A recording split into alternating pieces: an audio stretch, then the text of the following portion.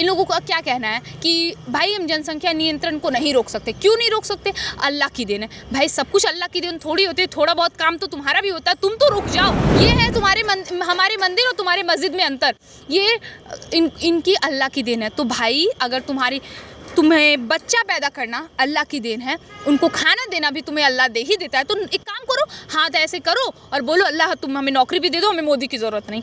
मांग लो नौकरी, फिर क्यों छाती पीटते पीटते आते हो मोदी के पास कि हमें नौकरी दो नौकरी दो। जनसंख्या नियंत्रण नहीं करना है क्योंकि अल्लाह की देन होती है।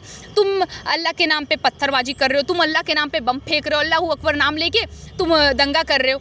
क्या है अल्लाह तुम्हें यही बताता है? ऐसा सीख देता है तुम्हारा अल्लाह तुमको? कौन सा भाईजान कब शौहर जान बन जाए, कौन सी बहन जान कब बीवी जान बन जाती है, वो तो भाई उन लोग के हाथ में है।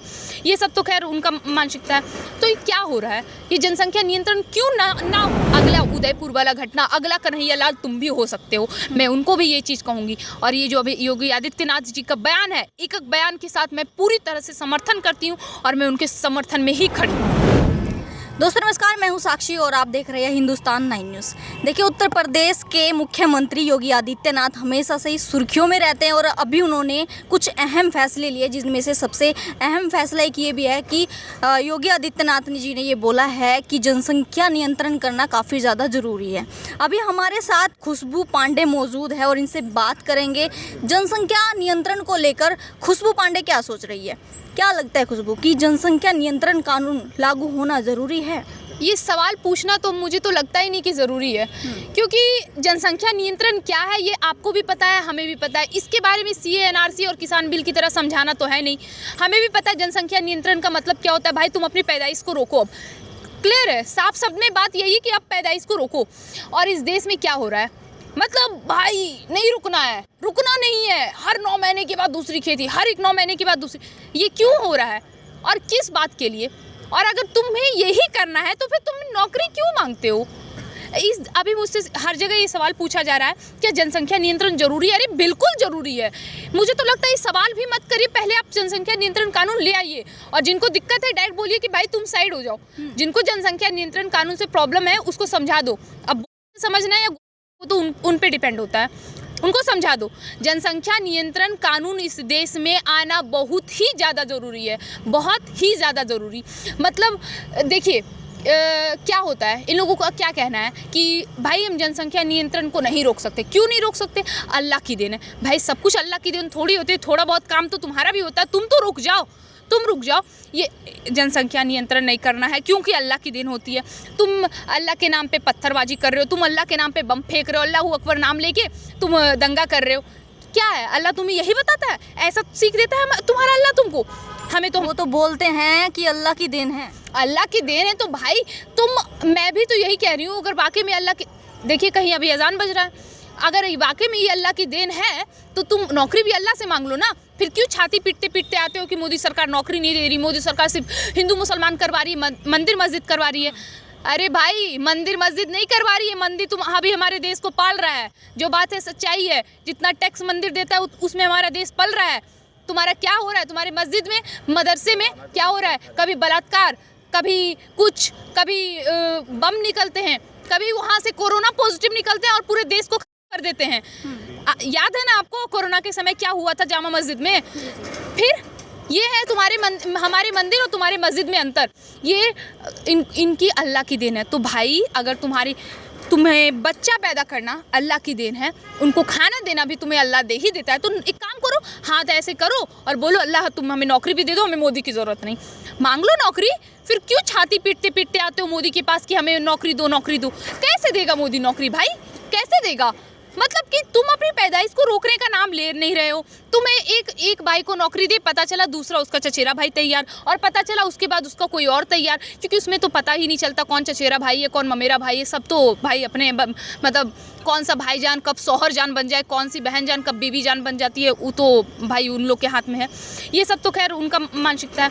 तो ये क्या हो रहा है, ये जनसंख्या नियंत्रण क्यों ना हो? मुझे ये बात समझ नहीं आती। और मुझे ये नहीं समझ में आती है कि जब योगी आदित्यनाथ जी ने कहा कि विशेष समुदाय, तो ये विशेष समुदाय का जब उन्होंने नाम नहीं लिया तो उसे ये कैसे समझ आ गया कि हमारी बात हो रही है? आपको कैसे समझ आ गया? बस जब मैंने आपसे क्वेश्चन पूछा खुशबू, तो आपने सबसे पहले उन्हीं के ऊपर बात करनी स्टार्ट कर दी। आपको कैसे समझ में आया, आप बताइए। अच्छा एक बात बताइए, इनके अलावा और कोई मुद्दा है? क्यों, अब बताती हूँ मैं किसी और का नाम कैसे लूँ? हमारे देश में अल्पसंख्यक सिख है, जैन है, पारसी हैं। इन तीनों बेचारों ने तो कभी हमारे देश में ऐसा काम किया ही नहीं। कभी हिंदू को, कभी अपने भगवान का नाम लेकर हिंदू को टारगेट किया ही नहीं। तो मैं इन तीनों का नाम कैसे लूँ? बच्चे कौन? मुसलमान ही बच्चे ना। यही तो करते आ रहे हैं आए दिन, भाईचारा भाईचारा, ईद के टाइम भाईचारा भाईचारा, और फिर पीठ पीछे खाने का काम। ये तो यही लोग करते आ रहे हैं। तो फिर ना चाहते हुए भी इंसान समझ जाएगा कि भाई बात किसकी हो रही है। वो भी समझ गए। चलिए मैं तो समझ गई, मैं अपोजिट वाली हूँ भाई। मैं तो कुछ भी होगा मैं उन्हें टारगेट करूंगी। मेरी बात चलो हटाओ। अच्छा, खुशबू ने टारगेट करने का ठेका ले रखा है, मतलब मुस्लिमों को टारगेट करना है खुशबू ने। नहीं, मैं हिंदुओं को भी टारगेट करूंगी। मैं उन हिंदुओं को भी टारगेट करूंगी जो चूड़ी पहन के बैठे पड़े हैं।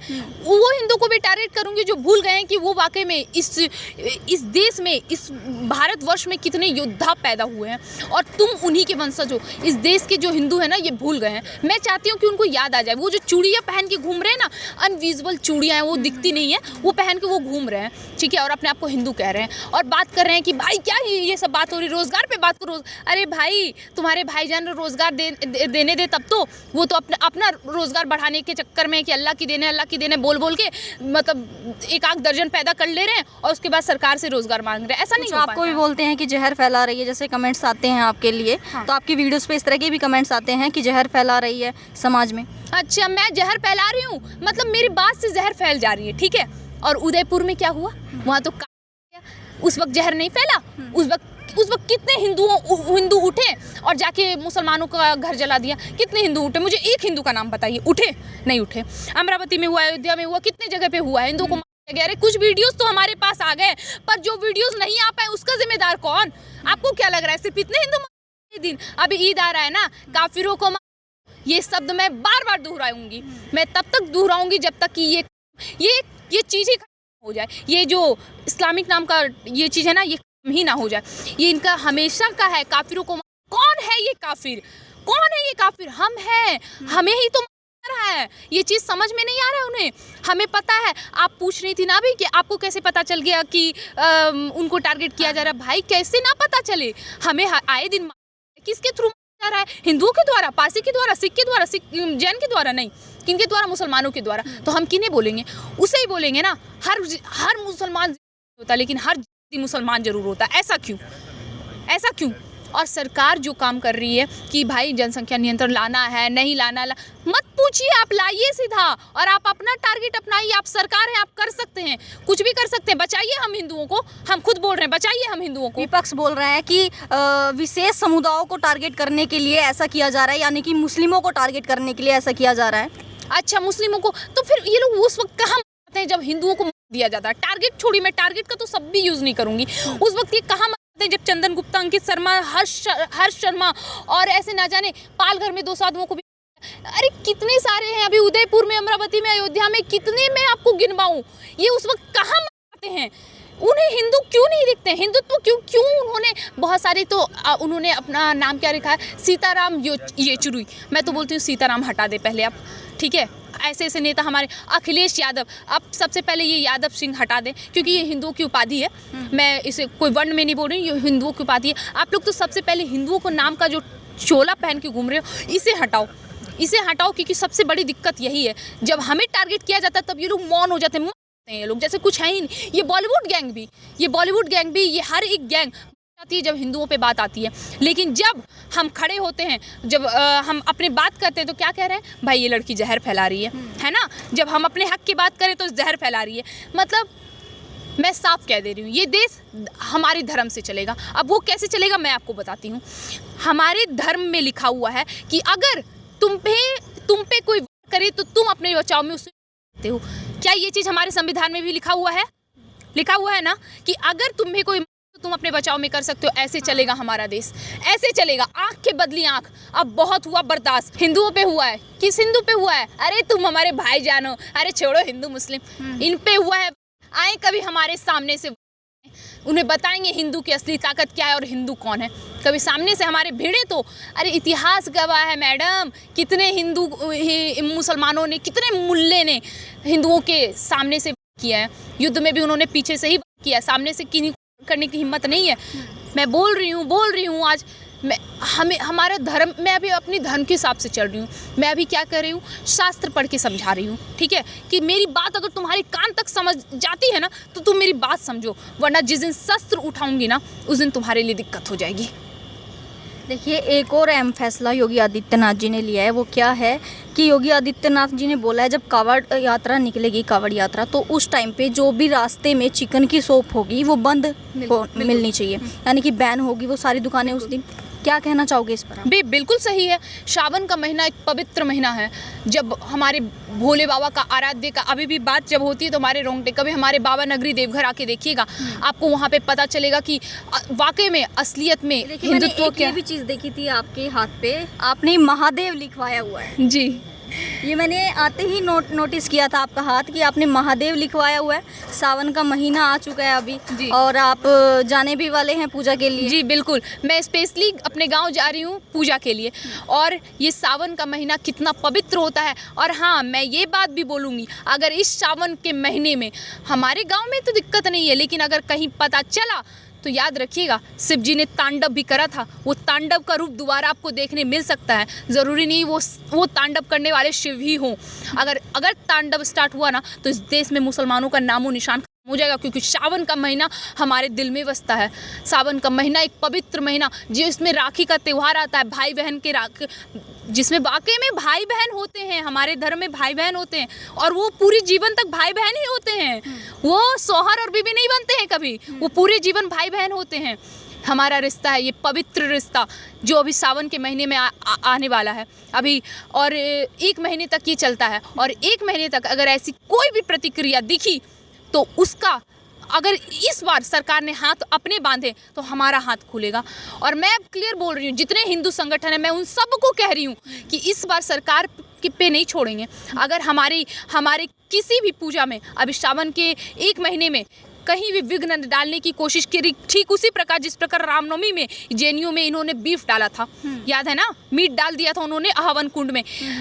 जब पहले रामायण आपने देखी होगी, रामायण आपने पढ़ी होगी, उसमें जब ऋषि मुनि यज्ञ करते थे तो राक्षस ऊपर से आते थे, देते थे, मीट डाल देते थे।